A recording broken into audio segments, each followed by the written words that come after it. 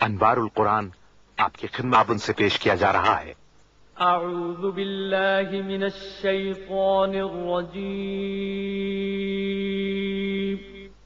بسم اللہ الرحمن الرحیم۔ کیا یہ لوگ قرآن میں غور نہیں کرتے یا ان کے دلوں پر قفل پڑے ہوئے ہیں؟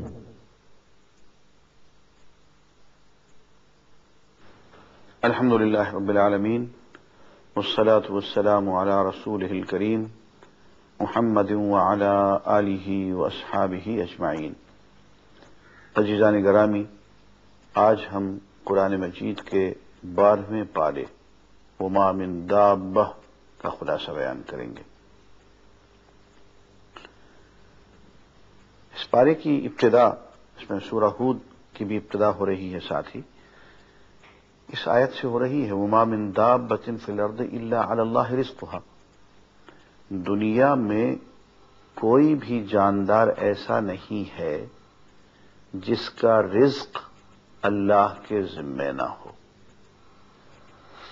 اللہ نے اگر پیدا کیا ہے تو رزق کا انتظام بھی اپنے ذمہ لے لیا ہے۔ یہ جو دو صفات ہیں، حی اور قیوم، ان کا بھی یہی مفہوم ہے۔ حی کے معنی ہے پیدا کرنے والا، زندگی عطا کرنے والا، اور قیوم قائم رکھنے والا۔ ایک جگہ فرمایا الا لہ الخلق والامر۔ دیکھو، یاد رکھنا، پیدا بھی اسی نے کیا ہے، اور پیدا کرنے کے بعد امر اور تمہارے کام کی تدبیر کرنے والا، تمہیں باقی رکھنے والا بھی وہی ہے۔ تو ایک بڑی اہم بات یہاں بیان کر دی گئی کہ تمہارے رزق کا انتظام اللہ نے اپنے ذمہ لے لیا ہے۔ اب یہاں سے معلوم ہوا کہ ہماری زندگی میں ہم جو پروگرامنگ کریں، اس میں جو ترجیح اول ہو وہ رزق کی تلاش نہ ہو، وہ اللہ کا کام، جس کام کے لیے اس نے پیدا کیا ہے۔ اور یہ رزق کی تلاش جو ہے یہ امر ثانی ہو، یہ ثانوی چیز ہو، سیکنڈری امپورٹنس۔ ورنہ ایسا ہوگا کہ جو کام اللہ کا ہے وہ ہم اللہ سے لے لیں گے، اور جو کام ہمارا ہے وہ ہم گوا بیٹھیں گے، وہ کر نہیں پائیں گے۔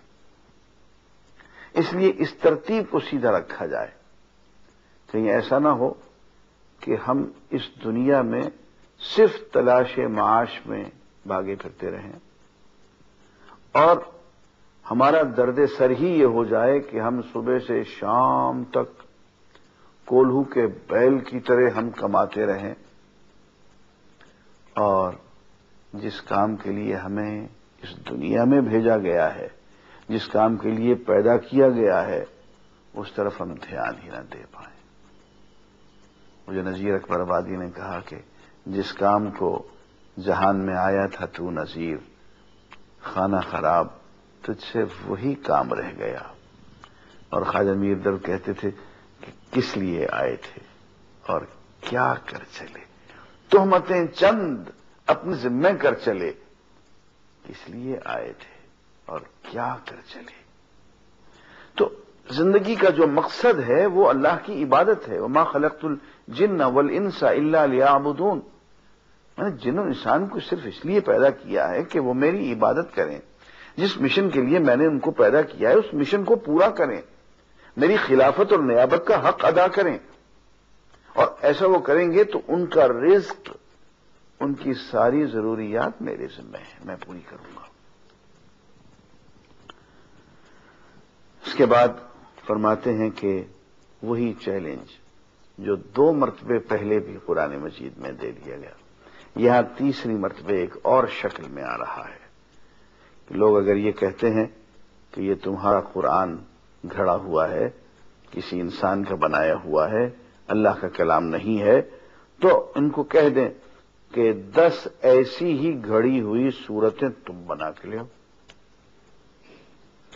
اور اس کے لیے جس کی تم مدد حاصل کرنا چاہو کر لو، سارے مل کے یہ کام کر لو، اور اگر یہ چیلنج پورا نہ کر پاؤ، اس چیلنج کو نہ قبول کر سکو اور نہ یہ کام کر سکو، تو پھر یہ نتیجہ تو تسلیم کرو کہ یہ اللہ کا کلام ہے۔ عزیزان گرامی،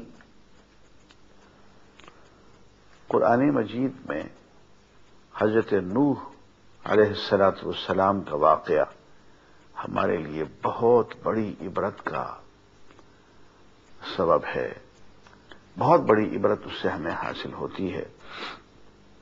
پہلی بات تو یہ ہے کہ حضرت نوح علیہ الصلاۃ والسلام نے جب دعوت دین دی تو جو قوم کے امیر لوگ تھے، سربراہ بردہ لوگ، صاحب اقتدار لوگ، سرمایہ دار لوگ، بڑھ کے انہوں نے مخالفت کی اور اس انداز میں گفتگو کی کہ اے نوح، تمہاری اپنی مالی حیثیت کیا ہے اور تمہارا اس سوسائٹی میں رتبہ کیا ہے، اور جو لوگ تمہارے ساتھ آ گئے ہیں، تم پہ ایمان لے آئے ہیں، یہ بھی نیچ قسم کے لوگ ہیں۔ ان کے نزدیک عظمت کا، بلندی کا، بلکہ حق و باطل کا معیار جو تھا وہ سرمایہ داری تھا۔ جو جتنا بڑا مال والا ہے اتنا بڑا آدمی ہے۔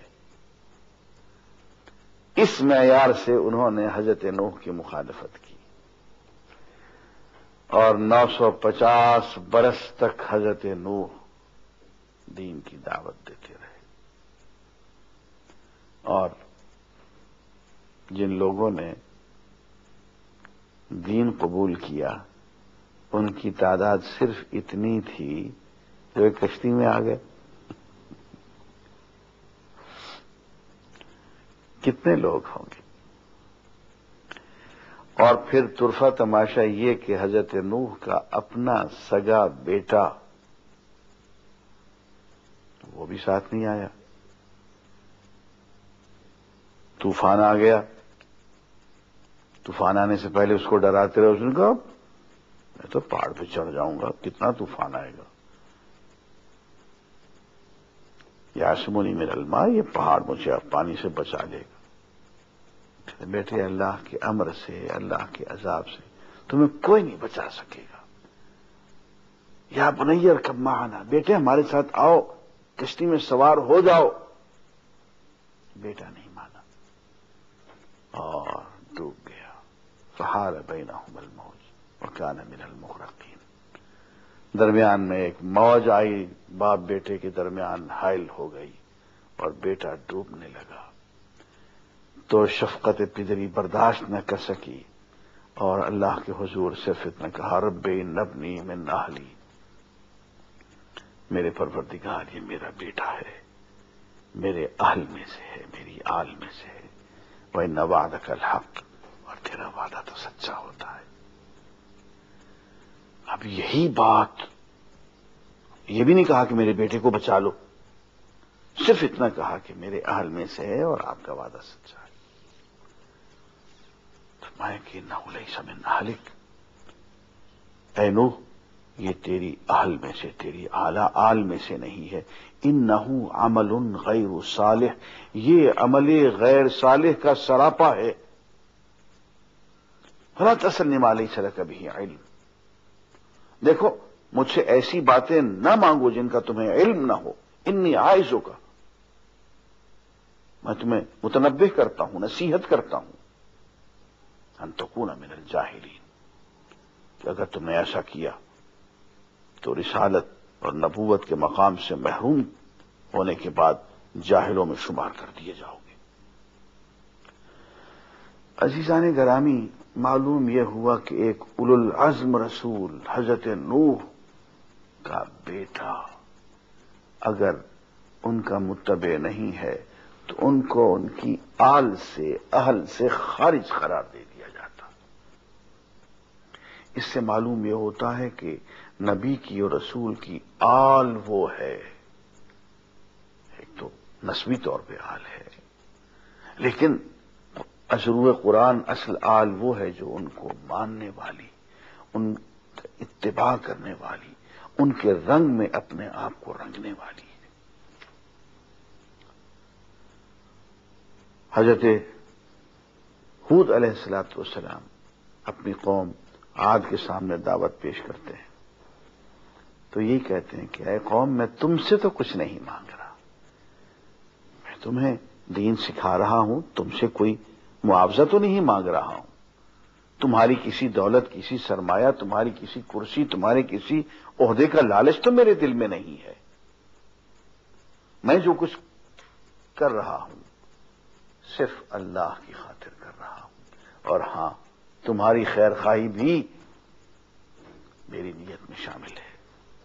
حضرت ہود علیہ السلام کی قوم نے ان کو نہ مانا، عذاب آ گیا۔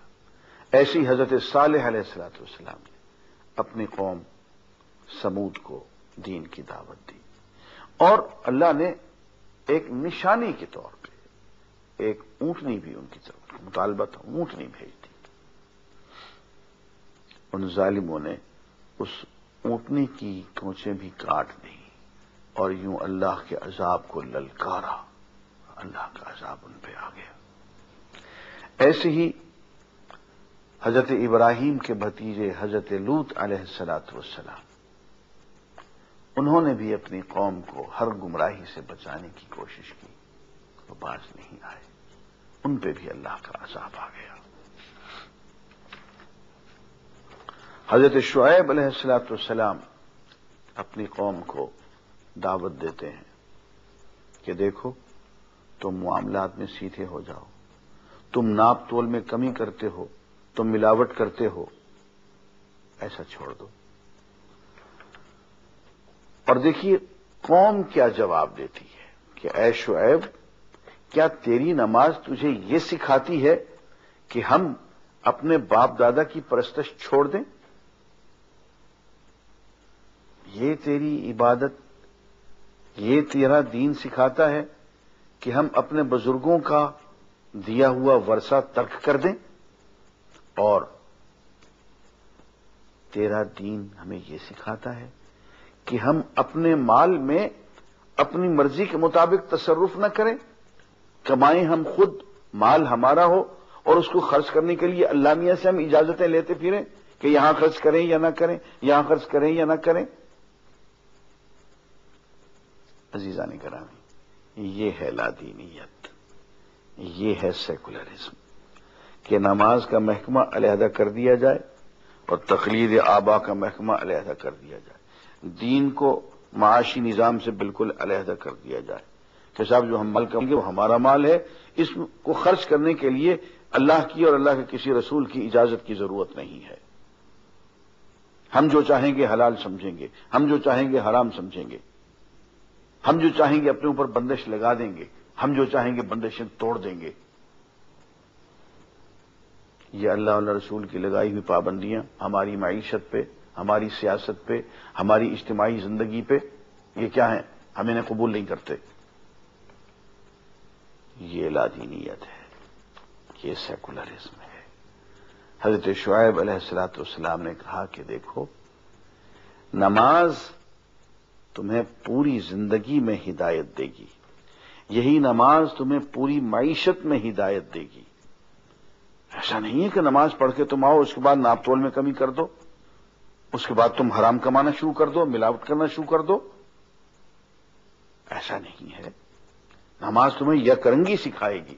اگر وہاں نماز کے دوران تم اللہ کے ساتھ یہ عہد کر کے آئے ہو کہ ایاک نعبد، جناب صرف آپ کی عبادت ہوگی، صرف آپ کی اطاعت ہوگی، صرف آپ سے سچا پیار ہوگا، اور باقی محبتیں چاہتے آپ کی محبت کے تابع ہوں گی، تو وہ عہد جو تم مسجد میں کر کے آئے ہو نماز کے دوران، اس کو اپنی دکان پہ نبھانا ہوگا، اس کو اپنے شاہی دربار میں نبھانا ہوگا، اس کو اپنی عدالت میں نبھانا ہوگا، اس کو پوری زندگی کے اندر نافذ کرنا ہوگا۔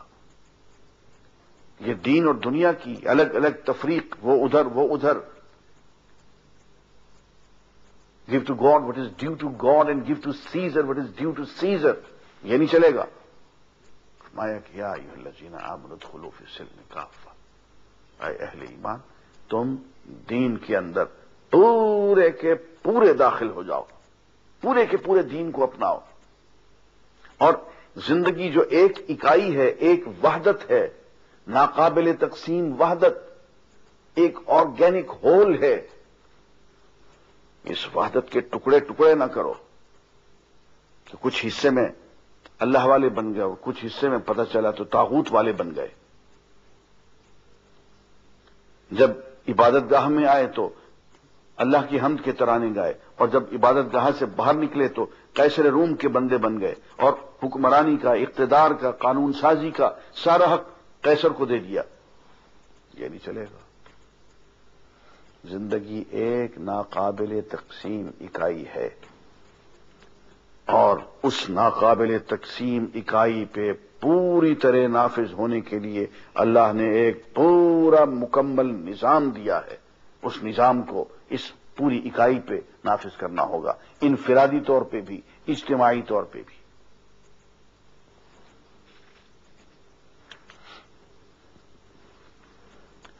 عزیزان گرامی، فرماتے ہیں کہ اللہ تعالیٰ کا یہ طریقہ نہیں ہے کہ جو لوگ اصلاح میں مصروف ہوں اللہ انہیں ہلاک کر دے. اللہ تعالیٰ ان کی حفاظت فرماتا.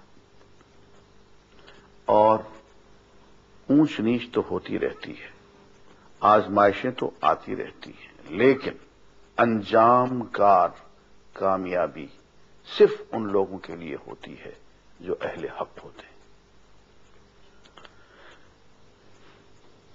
اور سورہ ہود کے آخر میں فرماتے ہیں کہ آسمان و زمین کا غیب اللہ کے قبضہ قدرت میں ہے. وہ اس غیب میں سے جس کو جتنا چاہتا ہے اس کا علم عطا فرما دیتا ہے. اور فرمایا کہ صرف اللہ کی عبادت کریں اور صرف اللہ پہ بھروسہ رکھیں. عزیزان گرامی، اس کے بعد سورہ یوسف کی ابتدا ہوتی ہے. سورہ یوسف حسین ترین قصہ ہے، اور اس کے ابتدا میں یوں کہتے ہیں کہ ہم نے قرآن کو عربی زبان میں اس لیے اتارا ہے تاکہ تم اس کو سمجھ کے پڑھ سکو، لعلکم تعقلون، اور اس میں عقل اور فکر اور تدبر سے کام لو.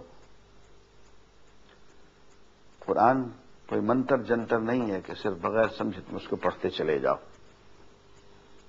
پہلی بات تو یہ کہ اس کے بعد قصہ یوسف شروع ہوتا ہے جو آپ میں سے حضرات جانتے ہیں، لیکن ایک بات کی طرف میں دھیان مبذول کر دوں کہ یہ ایک تمثیل ہے. قصہ تو ہے، لیکن قرآن مجید میں جتنے قصے بیان کیے گئے ہیں، واقعات، تاریخی واقعات بیان کیے گئے ہیں، وہ بلا سبب بیان نہیں کیے گئے. اللہ تعالیٰ کو قصہ گوئی کا کوئی شوق نہیں ہے. وہ اس لیے بیان کیے گئے کہ صورتحال ایسی ہوا کرتی تھی کہ وہ قصہ اس وقت بہت ریلیونٹ ہوتا تھا. یہ قصہ یوسف اس وقت بیان کیا گیا جبکہ حضور اکرم صلی اللہ علیہ وآلہ وسلم کے ساتھ قریش مکہ وہی سلوک کر رہے تھے جو برادران یوسف نے حضرت یوسف کے ساتھ کیا. ان کو یہ بتایا جا رہا ہے کہ دیکھو یوسف کے بھائیوں نے حضرت یوسف سے جو سلوک کیا، ان کو تکلیف پہنچائی، ان کو مارا پیٹا، حسد کیا، ان کو گھر سے نکلنے پہ مجبور کر دیا، وہی تم بھی کر رہے ہو. اور دیکھو ہوا کیا. حضرت یوسف علیہ السلام پہ تکالیف تو آ گئیں، وہ سہار گئے، گزر گئے، ان میں سے اللہ نے گزار دیا. اس کے بعد اللہ نے انہیں اقتدار عطا فرمایا، اور یہی یوسف کے بھائی منہ لٹکائے ہوئے حضرت یوسف کے سامنے کھڑے ہوئے یوں کہہ رہے تھے، اے بھائی معاف کر دے. اور حضرت یوسف نے ان سے کہا کہ لا تثریب علیکم اليوم اذهبوا وانتم الطلقاء. اب آپ تاریخ کو ذرا غور سے دیکھیں، بالکل وقت نے وہی پیترا بدلا، اور ایسا ہی ہوا. حضور اکرم صلی اللہ علیہ وسلم کو بھی تکلیفیں پہنچا کے مکے سے نکلنا پڑا، اور بہت اذیتوں سے گزرے. مدینہ منورہ پہنچے، 8 سال کے بعد مکہ مکرمہ فتح ہو گیا، اور یہ سارے مجرم حضور کے سامنے منہ لٹکائے ہوئے کھڑے ہوئے تھے، بالکل ویسے جیسے کہ برادران یوسف آئے تھے. اور اس دن جو الفاظ رپورٹ ہوتے ہیں، حدیث میں ذرا پڑھ کے دیکھیے. آپ فرماتے ہیں کہ الیوم اقول کما قال اخی یوسف، آج میں وہی بات کہتا ہوں جو میرے بھائی یوسف نے کہی تھی اپنے بھائیوں سے. لا تثریب علیکم اليوم، تم پہ کوئی گرفت نہیں ہے. اذهبوا وانتم الطلقاء، جاؤ میں تمہیں معاف کرتا ہوں، تم آزاد ہو. وہی قصہ عملاً دہرا دیا گیا، لیکن دہرانے سے 12 سال پہلے سنا دیا گیا کہ تمہارے ساتھ یہی ہوگا جو برادران یوسف کے ساتھ ہوا. اور مجھے اللہ تعالی وہی بلکہ اس سے بھی زیادہ عظمت اور علو شان عطا فرمائیں گے جو میرے بھائی یوسف کو دی گئی. یہ قصہ یوسف ہے اور اس کی تفصیل بیان کرنے کا موقع نہیں ہے. البتہ ہم انشاءاللہ کل اس میں چند باتیں جو بیان ہوئی ہیں وہ ہم عرض کریں گے. وآخر دعوانا الحمدللہ رب العالمین. اے اللہ پاک، پیارے نبی پاک کے صدقے میں ہمیں قرآن کریم پڑھنے، اس کو سمجھنے اور اس انوار القرآن آپ کی خدمت میں. الشيطان الرجيم. بسم الله الرحمن الرحيم. کیا یہ لوگ قرآن میں غور نہیں کرتے یا ان کے دلوں پر قفل پڑے ہوئے ہیں؟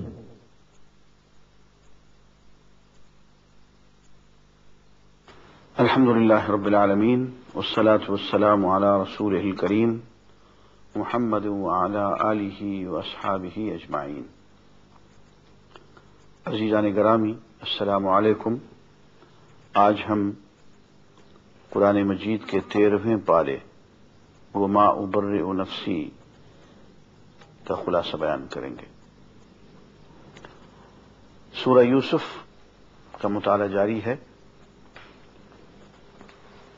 پہلی آیت یہ ہے وما ابرئ نفسی ان النفس لامارۃ بالسوء الا ما رحم ربی.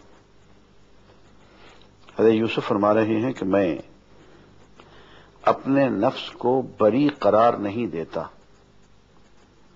کیونکہ نفس جو ہے وہ تو بہرحال برائی کی طرف اکسانے والا ہے. اور یہ حضرت یوسف علیہ السلام نے اس وقت کہا جبکہ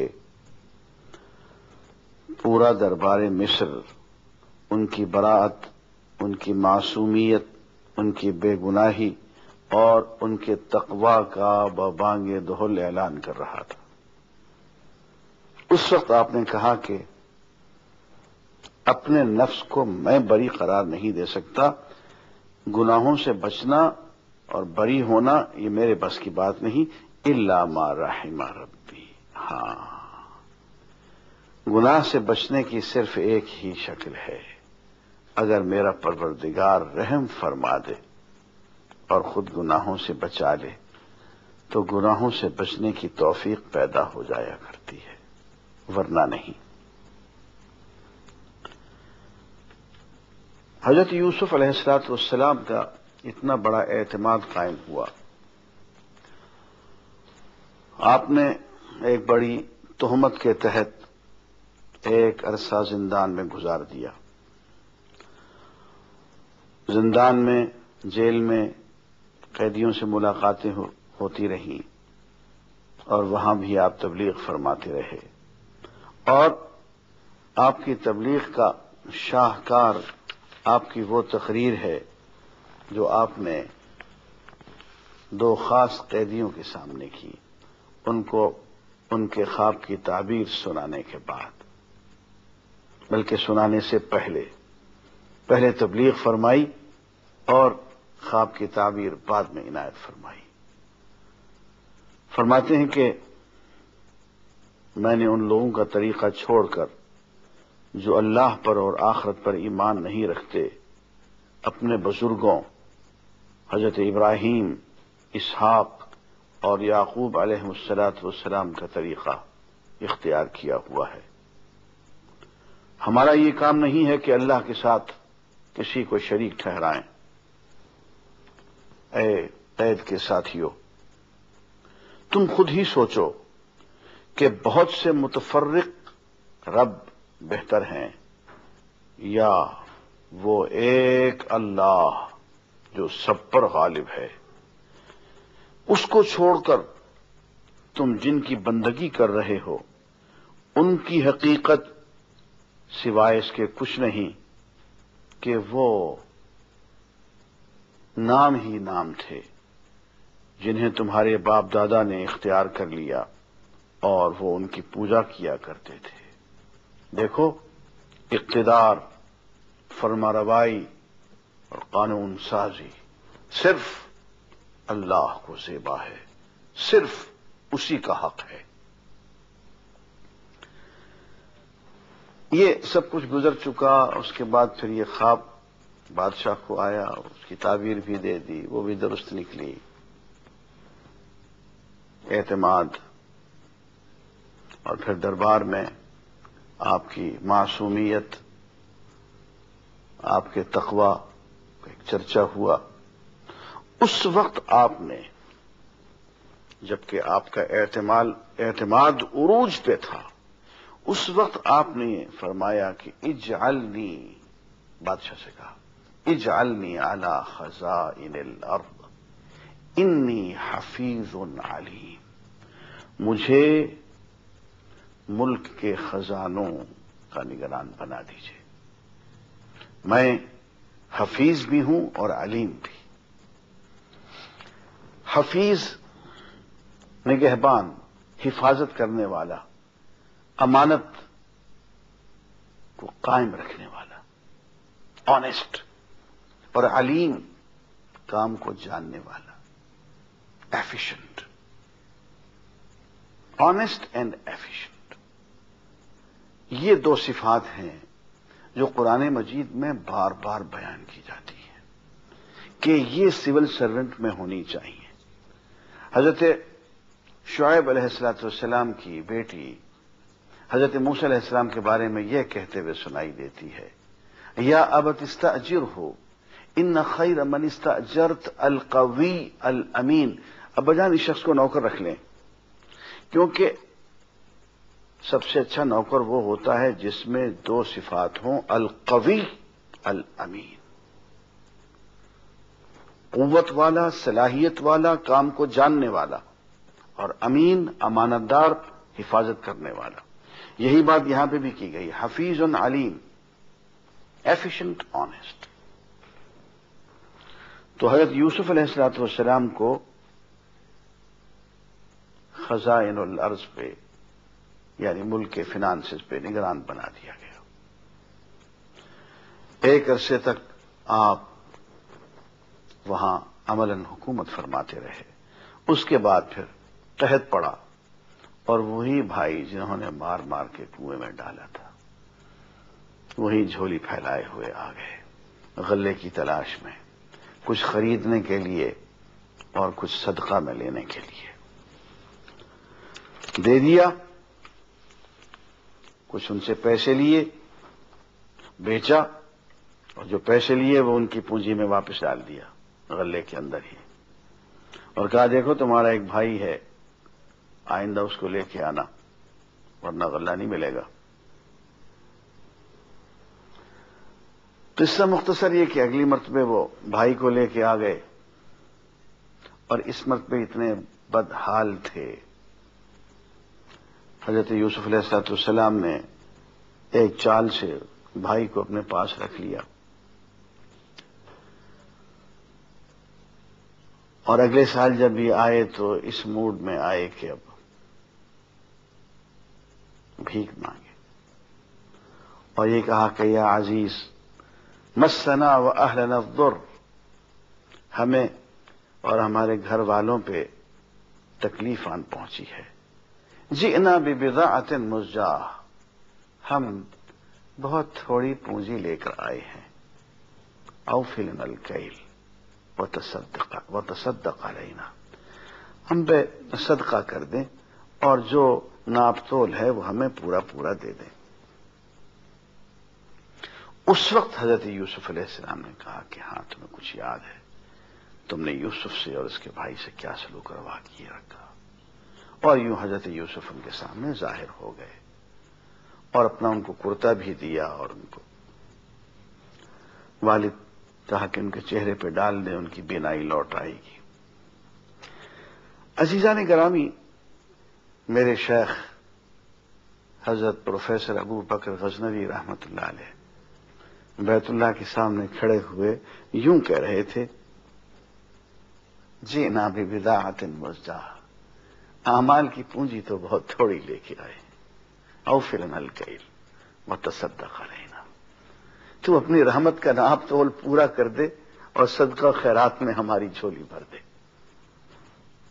اس دن سے میں نے دیکھا کہ بات تو یہ برادران یوسف کی تھی، لیکن اگر اللہ سے ہم بھی انہی الفاظ میں بھیک مانگ لیا کریں کہ جئنا ببضاعۃ مزجاہ، اعمال کی پونجی منجی تو ہے نہیں، خالی ہاتھ اور خالی جیب آ گئے ہیں، لیکن تیری رحمت اور تیری مغفرت اس کا تو کوئی ٹھکانہ نہیں ہے، تو اپنا رحمت اور مغفرت کا ناپ تول پورا کر دے۔ جیسے کہ ہمیں تو مانگنا نہیں آتا، لیکن تجھے تو دینا آتا ہے۔ حضرت یوسف علیہ السلام نے ان کو معاف کیا، کرتا دیا، اور جب یہ کرتا لے کے چلے مصر سے کنعان کی طرف، اور ابھی 1000 میل سے بھی زیادہ فاصلے پہ تھے، تو حضرت یعقوب نے کہا انی لاجد ریح یوسف لولا ان تفندون، یارو مجھے تو یوسف کی خوشبو آ رہی ہے۔ کہو گے تو یہی کہ بوڑھا پاگل ہو گیا اپنے باپ کے فراق میں۔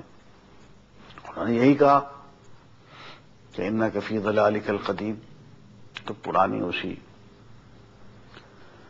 عشق و پیار میں لگا ہوا ہے۔ عزیزان گرامی، یہاں ایک دلچسپ بات یہ ہے کہ اللہ تعالیٰ کا ایک عجیب نظام ہے۔ حضرت یوسف، یہی حضرت یوسف اسی کنعان کے کنویں میں کئی روز تک پڑے رہے، تو حضرت یعقوب کو ان کی خوشبو نہیں آئی، روتے روتے غم سے نڈھال ہو گئے، نابینا ہو گئے، اور 1000 میل دور سے صرف کرتا روانہ ہوا ہے تو خوشبو آنے لگی۔ یہ اللہ کا نظام ہے، جب چاہے، جتنا چاہے، جس کو چاہے علم عطا فرماتے۔ 1000 میل سے کرتے کی خوشبو آ جائے، اور نہ چاہے تو ساتھ ہی گاؤں میں کے کنویں میں پڑے ہوئے ہیں حضرت یوسف، کم از کم 3 دن تو پڑے رہے بھوکے پیاسے، وہاں سے خوشبو نہیں آئی اپنے بیٹے کی۔ سورہ یوسف کے آخر میں دیتے ہیں کہ یہ غیب کی خبریں ہیں جو ہم نے آپ کی طرف وحی کی ہیں، اور فرمایا کہ یہ آپ لوگوں کو سنائیں، کوئی مانے یا نہ مانے، آپ یہ سنانے پہ مزدوری تو مانگ نہیں رہے ہیں۔ یہ قرآن ہے، یہ کتاب نصیحت ہے، اور اس کے سورہ یوسف کے آخر میں ایک دعا ہے جو حضرت یوسف کے منہ سے نکلتی ہے، اور کبھی آدمی سمجھ کے پڑھے تو تڑپا دینے والی دعا ہے۔ فاطر السماوات والارض، اے آسمانوں اور زمین کے پیدا کرنے والے، انت ولی فی الدنیا والآخرہ، اس دنیا میں بھی اور آخرت میں بھی تو ہی میرا یار و مددگار ہے۔ توفنی مسلمن، ایک مسلمان کی موت مجھے عطا کر دے، وَأَلْحِقْنِي بِالصَّالِحِينَ، اور مجھے نیک لوگوں میں شامل کر دے، صالحین میں شامل کر دے۔ عزیزان گرامی، دیکھیے کتنی عاجزی ہے،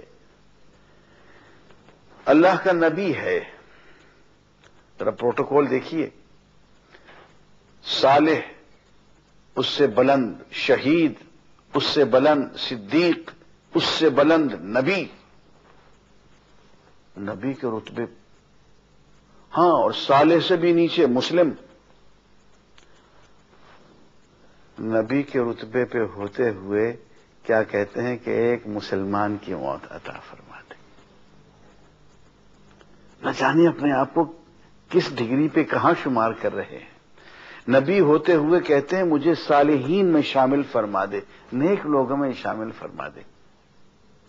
اور بھئی صالحین تو شہداء میں آنا چاہتے ہیں، شہداء تو صدیقین میں آنا چاہتے ہیں، صدیقین تو انبیاء کے قرب میں آنا چاہتے ہیں، اور اللہ کا نبی یہ دعا مانگ رہا ہے، الحقنی بالصالحین، مجھے صالحین میں شامل۔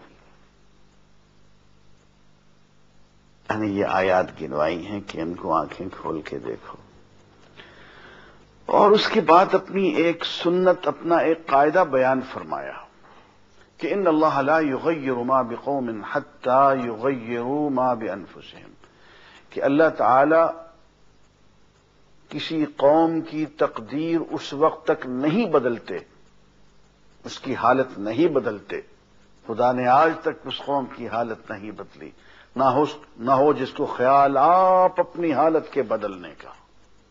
یہ آیت کا لفظی ترجمہ ہے۔ جب تک کہ کوئی انسان انفرادی طور پہ اور یہ کوئی قوم اجتماعی طور پہ خود اپنی حالت کو بدلنے کے لیے کمر بستہ نہ ہو، سنت الہی یہ ہے کہ اللہ تعالیٰ اس کی حالت کو نہیں بدلتے۔ نعمتوں کی حالت میں ہے، جب تک نعمت کی ناشکری نہیں کریں گے نعمت ان سے نہیں چھینی جائے گی۔ قسم پرسی کے عالم میں ہیں، افلاس میں اور نکبت میں ہیں، جب تک کہ کمر بستہ کھڑے نہیں ہوں گے، اس کے خلاف اس حالت کے مقابلے کی جدوجہد نہیں کریں گے، ترقی یافتہ نہیں بنیں گے۔ اور فرماتے ہیں کہ مومن اور منکر کی مثال ایسی ہے جیسا ایک بینا اور ایک نابینا، دیکھنے والا اور نہ دیکھنے والا، اور فرمایا کہ اس حقیقت کو صرف عقل والے ہی پہچانتے ہیں۔ یہ عقل والے کون لوگ ہیں؟ فرمایا وہ کہ اللہ کے ساتھ کیا گیا عہد پورا کرتے ہیں، رشتوں کو جوڑنے کی فکر کرتے ہیں، اپنے رب سے ڈرتے ہیں، قیامت کے دن کے حساب سے خوف زدہ رہتے ہیں، نماز قائم کرتے ہیں، اللہ کے دیے ہوئے میں سے خرچ کرتے ہیں، اور برائی کا بدلہ بھلائی سے دیتے ہیں، یہی لوگ جنت میں داخل ہوں گے۔ اور جو ہی یہ لوگ آخرت میں جائیں گے تو ان کے نیک آباء و اجداد، ان کی بیویاں، ان کی اولاد، فرشتے جنت کے ہر دروازے سے ان کا استقبال کریں گے۔ اور اسی سورہ الرعد میں ارشاد ہوا کہ الا بذکر اللہ تطمئن القلوب، دلوں کا اطمینان چاہتے ہو۔ دنیا میں عزیزان گرامی میں کہیں بھی گیا، میں نے انسان کا سب سے بڑا مسئلہ یہ دیکھا کہ دل مطمئن نہیں ہے۔ ملینئر ہے، بلینئر ہے، ارب پتی ہے، لیکن رات کو نیند نہیں آتی۔ نیند کی گولیاں کھا کھا کے تھک گئے، گولیاں بدل بدل کے تھک گئے، نیند نہیں آتی۔ غالب نے کہا کہ موت کا ایک دن معین ہے، نیند کیوں رات بھر نہیں آتی؟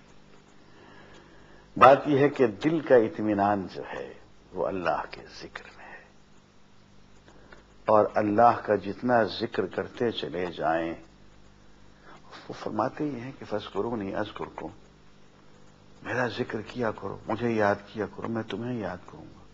واشکروا لی، میری نعمتوں کی قدر کیا کرو، شکر کیا کرو۔ ولا تکفرون، اور میری نعمتوں کا کفران نہ کیا کرو۔ فرمایا ایک مرتبہ مجھے یا اللہ کہو گے، 10 مرتبہ لبیک یا عبدی کہوں گا، جی میرے بندے۔ بالشت بھر چل کے آؤ گے تو بازو بھر چل کے آؤں، بازو بھر میری طرف چل کے آؤ گے تو گز بھر تمہاری طرف آؤں گا، چل کے آؤ گے تو تمہاری طرف دوڑ کے آؤں گا۔ اس لیے کہ ذکر کے ساتھ انسان اللہ کی طرف مائل ہوتا ہے، توجہ ہوتا ہے، اور یہ ون وے پروسیس نہیں ہے۔ اللہ کو یاد کرتے ہیں تو وہ بھی یاد کرتا ہے، جواب دیتا ہے، اور یہ جواب جو ہے انسان کی زندگی میں انتہائی اہم چیز ہے، اور اسی سے ہی اس کے اندر ایک صلح، آشتی، عافیت، طمانینت اور سکون کی کیفیت پیدا ہوتی ہے، اور دنیا میں اس کی کوئی قیمت نہیں ہے، اس طمانینت کی۔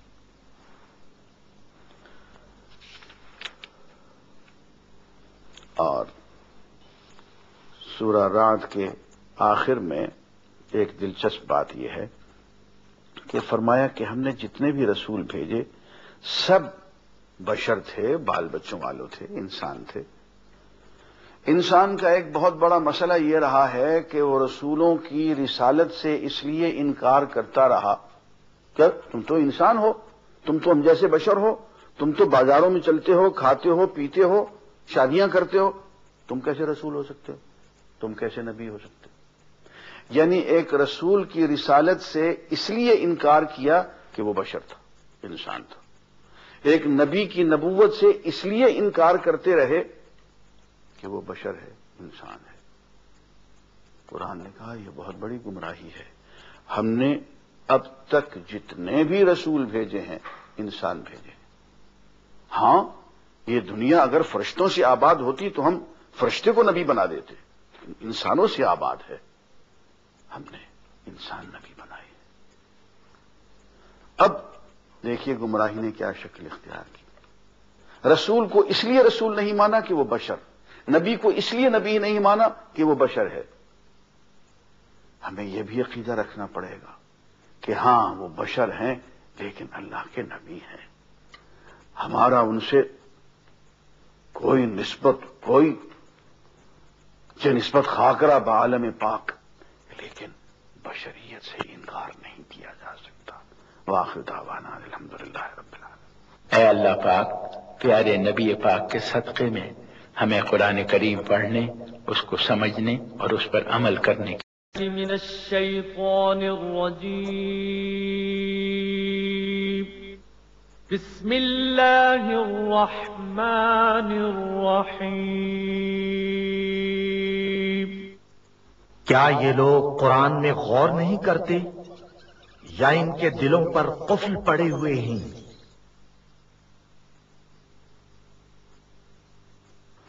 الحمدللہ رب العالمین، والصلاة والسلام علی رسولہ الکریم محمد وعلی آلہ واصحابہ اجمعین۔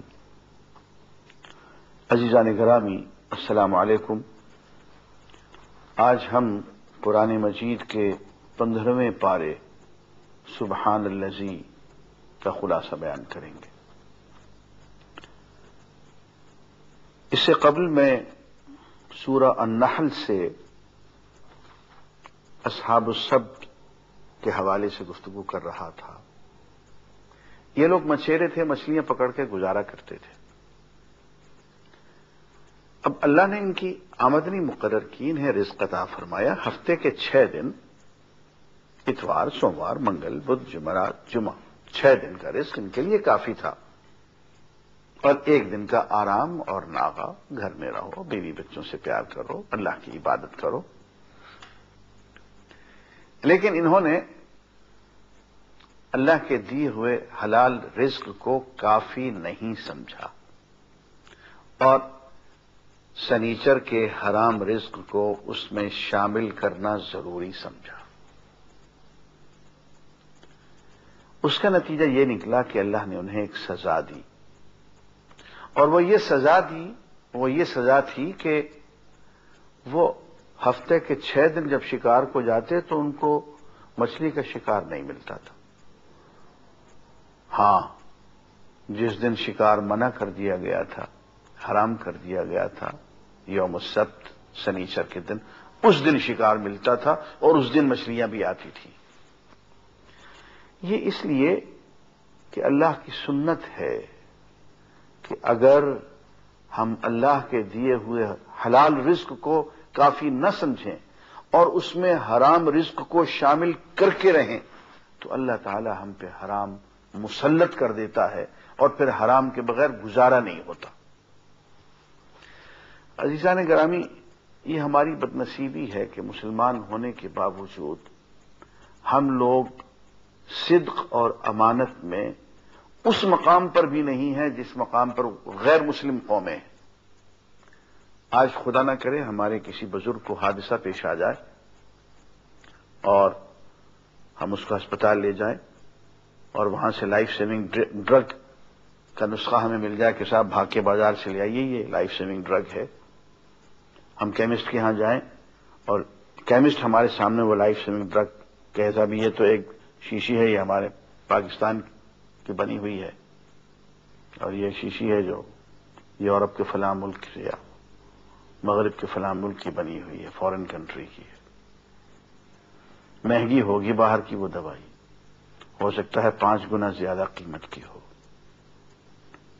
لیکن اگر ہمیں اپنے ابا جان کی زندگی بچانی ہے تو لائف سیونگ ڈرگ ہم وہ مہنگی خریدیں گے، وہ فورن، اس لیے کہ ہمیں پتا ہے کہ ہمارے مسلمان بھائی نے جو بنائی ہے وہ صدق اور امانت میں اس معیار پہ نہیں ہے کہ وہ بغیر ملاوٹ کے دوائی بنا دے. یہ کیا ہے؟ یہ اس لیے کہ ہمارا مسلمان بھائی اب یہ سمجھتا ہے کہ حرام کھائے بغیر گزارا نہیں. اس کے برعکس مجھے یاد ہے 1961 میں یہاں کراچی میں ایک انٹرنیشنل فلسافیکل کانفرنس ہوئی تھی. ایک امریکن فلاسفر آئے اور میں ان کے ساتھ اٹیچ تھا. وہ رات کو دودھ پیتے تھے، دودھ خالص نہیں تھا، انہیں تکلیف ہوئی. میں نے ان سے کہا کہ ہمارے ہاں تو ایسے ہی دودھ ملتا ہے. کہنے لگے well mister Murtaza, had I been living in your country I would have become millionaire within a very short period of time. میں نے کہا سر ہاؤ؟ کہتے just by selling pure milk. ترجمہ کر دیتا ہوں. کہتے ہیں بھائی مرتضی اگر میں تمہارے ملک میں رہنے والا ہوتا تو چند ہی روز میں کروڑ پتی بن جاتا. میں نے کہا کیسے؟ کہتا خالص دودھ بیچ کے. اس لیے کہ جہاں امانت اور دیانت نہ ہو، جہاں خالص چیز نہ ملے، وہاں خالص چیز بیچنے سے آدمی بہت جلد امیر ہو جاتا ہے. اور مجھے اس غیر مسلم فلسفی نے بتایا کہ دیکھو یہ بات مت بھولنا کہ تجارت کی بنیاد سرمایہ نہیں ہے، تجارت کی بنیاد کریڈیبلٹی ہے، اور کریڈیبلٹی کی بنیاد صدق اور امانت ہے. اس وقت مجھے شرم سے میرا سر جھک گیا کہ یہ نصیحت وہ اس قوم کو کر رہا تھا جس کا نبی، جس کا رسول صادق اور امین تھا. عزیزان گرامی، اب ہم سورہ بنی اسرائیل کی طرف آتے ہیں. سبحان الذی اسری بعبدہ لیلا من المسجد الحرام الى المسجد الاقصى الذي باركنا حوله لنريه من آیاتنا انه هو السمیع البصیر. پاک ہے وہ ذات گرامی جو اپنے بندے کو راتوں رات مسجد حرام سے مسجد اقصی تک لے گیا تاکہ اسے اپنی آیات اور نشانیاں دکھائے. وہ ذات گرامی خوب سننے والا اور خوب دیکھنے والا ہے. یہ سفر ہے اسراء کا اور معراج کا، اور رات کو ہوا. ایک بات کہوں کہ رات بڑی اہم ہوا کرتی. یہ فرمایا کہ ہم بڑے بڑے فیصلے رات کو کیا کرتے ہیں. انا انزلناہ فی لیلۃ القدر، قرآن ہم نے لیلۃ القدر میں ہوتا. انا انزلناہ فی لیلۃ مبارکہ، یہ قرآن ہم نے ایک بہت برکت والی رات کو اتارا. یار دن کو کیوں نہیں اتارا؟ فرمایا کہ فیہا یفرق من کل امر حکیم، ہم اس رات کو ہم بڑے اہم فیصلے کیا کرتے ہیں. پتہ یہ چلتا ہے کہ رات کے وقت اللہ تعالی کی رحمت اپنے بندوں پہ کئی گنا زیادہ ہو جاتی ہے. حضرت خواجہ معین الدین اجمیری رحمت اللہ علیہ کو پرتھوی راج نے کہا تھا کہ 15 دن کے اندر اندر میرا ملک چھوڑ دو ورنہ قتل کر دوں گا. خواجہ صاحب کو جب پیغام ملا، کہنے لگے ارے 15 دن تو بہت دور ہیں، نہ ترسد بلائے کے شب درمیان، کسی بلا سے ڈرنے کی ضرورت نہیں ہے اگر ایک رات بھی درمیان میں موجود ہو، ہم تو ایک ہی رات میں فیصلہ کر لیں گے۔ اور یہ وہی 15 دن تھے جن کا نوٹس حضرت خواجہ معین الدین اجمیری رحمت اللہ علیہ کو دیا گیا۔ انہی 15 روز میں آیا وہ شہاب الدین غوری، اور اس نے پرتھوی راج کا معاملہ صاف کر دیا۔ عزیزان گرامی، یہ رات کو معراج ہوئی، اس کی تفصیلات بیان کرنے کا تو موقع نہیں، وقت نہیں، لیکن اتنی بات عرض کر دوں کہ یہ اللہ کی طرف سے ایک بہت بڑی نعمت تھی، اور یہ اس وقت اللہ تعالیٰ نے عطا فرمائی جبکہ حضور پہ عام الحزن آ گیا، غم کا سال۔ ابو طالب بھی وفات پا گئے، سیدہ خدیجہ رضی اللہ تعالیٰ عنہا بھی وفات پا گئی، حضور نے اس کو غم کا سال قرار دیا۔ طائف تشریف لے گئے، وہاں جو ہوا آپ کو معلوم ہے، لہو لہان ہو کے آ گئے۔ اللہ کی رحمت جوش میں آئی تو معراج عطا فرما دیا۔ اور اس کی تفصیلات اور بڑی غیر متعلق بحث ہے یہ کہیں کہ یہ معراج جسمانی ہوا یا روحانی ہوا۔ جو لوگ تصوف کی دنیا سے ذرا بھی آشنا ہیں وہ یہ بات جانتے ہیں کہ ان معاملات میں جسم پہ روح کے احکام صادر ہو جاتے ہیں۔ میں جملہ دہراتا ہوں، جسم پہ روح کے احکام صادر ہو جاتے ہیں، اس لیے زمان و مکان کی قید irrelevant ہو جاتی ہے۔ اب اس سے زیادہ میں یہ بات سمجھا نہیں سکتا۔ فرمایا کہ ہم نے اپنے بندے کو اپنا انتہائی قرب عطا فرمایا۔ کہ ہم آگے چل کے جو سورہ والنجم اذا ہوا کا مطالعہ کریں گے تو وہاں پہ ہم اس کی انشاءاللہ تفصیل عرض کریں گے۔ فرمایا کہ جو شخص دنیا کا طلبگار ہو، ہم اسے اپنی مرضی کے مطابق، اس کی مرضی کے مطابق نہیں، اپنی مرضی کے مطابق جتنا چاہتے ہیں دنیا عطا کر دیتے ہیں اور آخرت کے انعامات سے محروم کر دیتے ہیں۔ اور جو شخص آخرت کا طالب بنے، ہم اسے آخرت بھی دیتے ہیں اور دنیا بھی دیتے ہیں، آخرت سے پہلے دنیا دے دیتے ہیں۔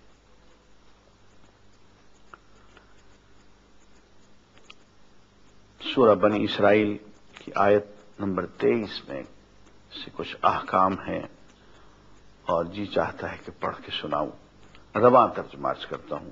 اللہ کے ساتھ کوئی دوسرا معبود نہ ٹھہراؤ، اسی کی عبادت کرو، والدین کے ساتھ نیک سلوک کرو، ماں باپ بوڑھے ہو جائیں تو ان کے سامنے اف تک بھی نہ کرو، ادب سے بات کرو، ان کے سامنے شفقت اور عاجزی سے جھکے رہو۔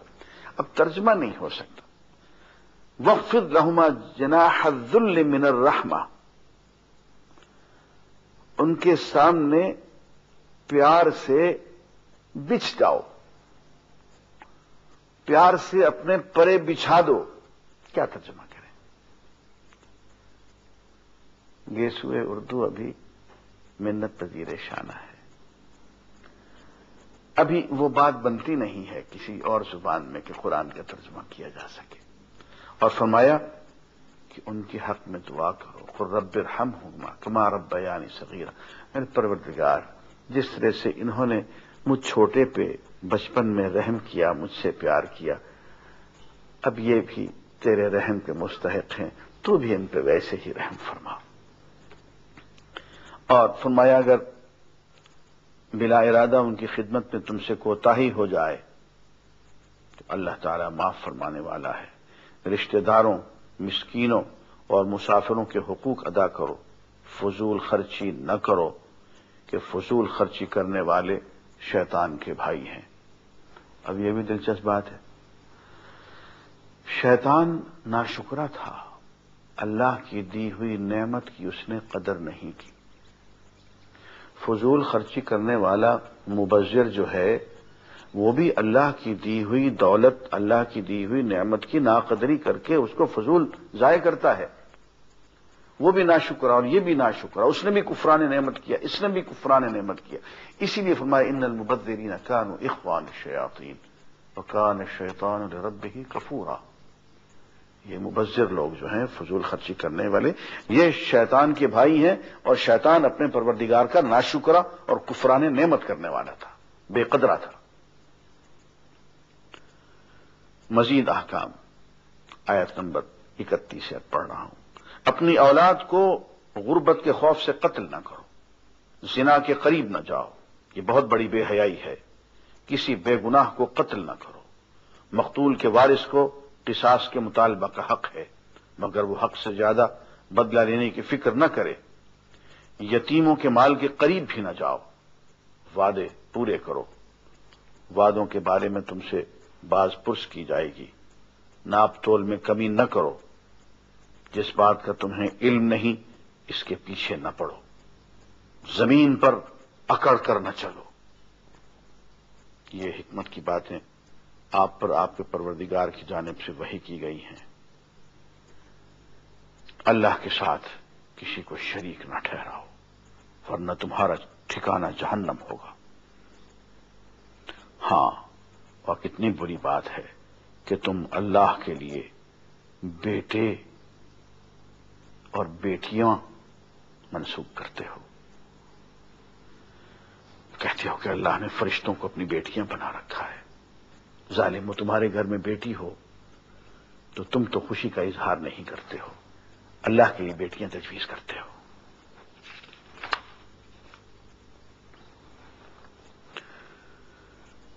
آخرت پہ اعتراض کرتے ہیں. پوچھتے ہیں کہ جب ہماری ہڈیاں ریزہ ریزہ ہو جائیں گی تو کیا ہمیں پھر سے پیدا کیا جائے گا؟ فرمایا کہ ہاں، جس نے پہلی مرتبہ پیدا کیا وہی تمہیں دوبارہ بھی پیدا کر دے گا.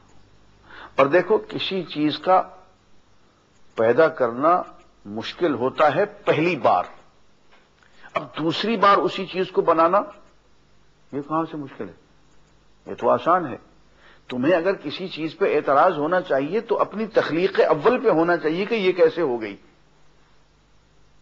میں وقد خلقتک ولم تک شیئا، تم تو تھے ہی نہیں، تم تو لا شے تھے. ہم نے عدم سے تمہیں وجود عطا کر دیا اور اب تو تم کچھ نہ کچھ ہو. اب تو ہم تمہیں ایک وجود سے دوسرے وجود کی طرف لائیں گے. یہ کیسے مشکل ہو گیا؟ اور تمہیں اس بات پہ اچنبھا ہے کہ ہم تمہیں پیدا کیسے کریں گے؟ تو ریزہ ریزہ ہو گئے، غبار بن چکے ہو گئے.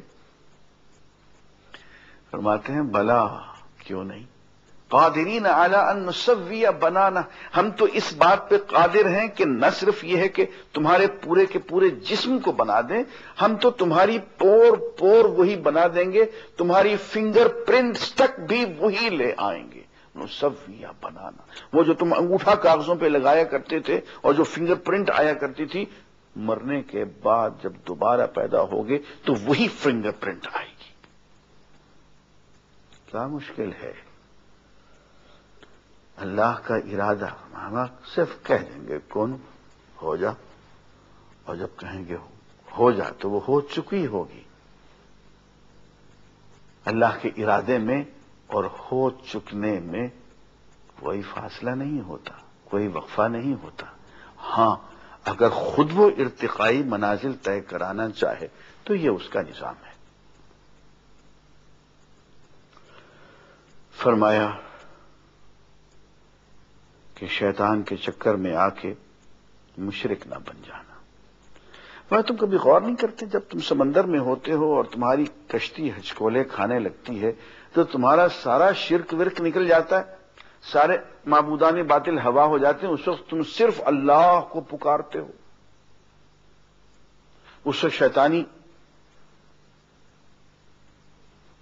فتنے اور شیطانی وسوسے سارے رفو چکر ہو جاتے ہیں. اور جب واپس خشکی پہ آ جاتے ہو، محفوظ ہو جاتے ہو، تو پتہ چلا کہ پھر وہیں جا رہے ہو، پھر معبودان باطل کی طرف۔ فرمایا وَلَقَدْ كَرَّمْنَا بَنِي آدم، ہم نے آدم کے بیٹوں کو بہت عزت بخشی ہے۔ تم دیکھتے نہیں ہو کہ ہم خشکی میں تری میں اس کو اٹھائے اٹھائے پھرتے ہیں، سواریاں مہیا کرتے ہیں، ہم نے انہیں پاکیزہ چیزوں کا رزق دیا ہے، اور دوسری مخلوق پہ ہم نے آدم کے بیٹے کو فوقیت دی ہے۔ اس کا شکر کیوں نہیں ادا کرتا؟ اور اس کا شکر یہ ہے کہ وہ صرف اللہ کی عبادت کرے اور توحید اختیار کرے۔ اور روز آخرت کے مناظر بیان کیے کہ قیامت کے دن ہم ہر انسانی گروہ کو اس کے پیشوا کے ساتھ بلائیں گے کہ اے محمد کا اتباع کرنے والوں تم ادھر آ جاؤ صلی اللہ علیہ وسلم، اے ابراہیم کا اتباع کرنے والوں تم ادھر آ جاؤ صلی اللہ علیہ وسلم۔ یوم ندعو کل اناس بامامہم، تمام لوگوں کو ہم ان کے پیشوا کے نام سے بلائیں گے۔ عزیزان گرامی، ذرا خیال رہے کہیں ایسا نہ ہو ہمیں کسی گمراہ کے نام سے پکار دیا جائے، کسی ایسی شخصیت کے نام سے جس کے کوئی کریڈینشلز ہی نہ ہو۔ میں فلاں کو ماننے والوں تم ادھر آ جاؤ، تو بڑی مشکل ہو جائے گی۔ اور عزیزان گرامی، بات یہ ہے کہ روح کے بارے میں لوگوں نے سوال کیا، بہت مختصر جواب دیا گیا۔ یسألونک عن الروح، اے نبی آپ سے روح کے بارے میں پوچھتے ہیں، قل الروح من امر ربی، بس ان کو مختصر جواب دو کہ روح جو ہے میرے پروردگار کی کمانڈمنٹ ہے، اس کا حکم ہے، امر ہے۔ اب اس سے آگے کیا ہے تو وہ بات متشابہات کے دائرے میں داخل ہو جائے گی۔ اور بنی اسرائیل کی آیت نمبر 94 میں پھر وہی موضوع آ گیا کہ منکرین کا یہ مستقل یہ رویہ رہا کہ وہ ارشاد ہے کہ ان کافروں سے پہلے بھی بشر رسول پر ایمان لانے کے لیے تیار نہ ہوتے تھے۔ انسان ہے، بشر ہے، اس لیے رسول نہیں ہو سکتا۔ آپ ان سے کہہ دیں کہ زمین میں انسان بستے ہیں تو انسان ہی رسول بن کر آئیں گے، اگر فرشتے بستے ہوتے تو ہم فرشتوں کو رسول بنا کر بھیج دیتے۔ اور فرمایا کہ اب تک جتنے بھی رسول بھیجے گئے ہیں سب کے سب انسان اور بشر تھے۔ اس کے بعد عزیزان گرامی سورہ الکہف شروع ہوتی ہے، اور سورہ الکہف، کہف سے مراد غار ہے۔ اس میں چند نوجوانوں کا قصہ ہے جو ایک ایسی بستی سے ہجرت کرتے ہیں جہاں شرک کا دورہ تھا، اور وہاں سے ہجرت کر کے وہ ایک غار میں پناہ لیتے ہیں، اور اللہ تعالی اس غار میں ان کو معجزانہ طور پہ ایک طویل عرصے کی نیند عطا فرما دیتے ہیں، مگر زندہ رکھتے ہیں۔ شمسی اعتبار سے 300 برس بنتے ہیں اور قمری اعتبار سے 309 برس بنتے ہیں، اور دونوں کا ذکر قرآن مجید میں اشارتاً موجود ہے۔ 300 برس تک وہ سوئے رہے اور اس کے بعد جاگے۔ انہوں نے اپنا سکہ پیسے دے کے اپنے ایک دوست کو بھیجا کہ جاؤ کچھ کھانے پینے کی چیزیں لے آؤ۔ اب وہ جب بازار میں گئے اور لوگوں نے سکہ دیکھا تو پریشان ہو گیا کہ یہ تو 300 سال پرانا سکہ ہے، میاں تم کون ہو؟ آخر جب ان کو لوگ لے کے گئے تو لوگوں کے دلوں میں جو آخرت کے بارے میں، توحید کے بارے میں جو شکوک پائے جاتے تھے، ان لوگوں کی تبلیغ اور ان لوگوں کی گفتگو سے وہ دور ہو گئے۔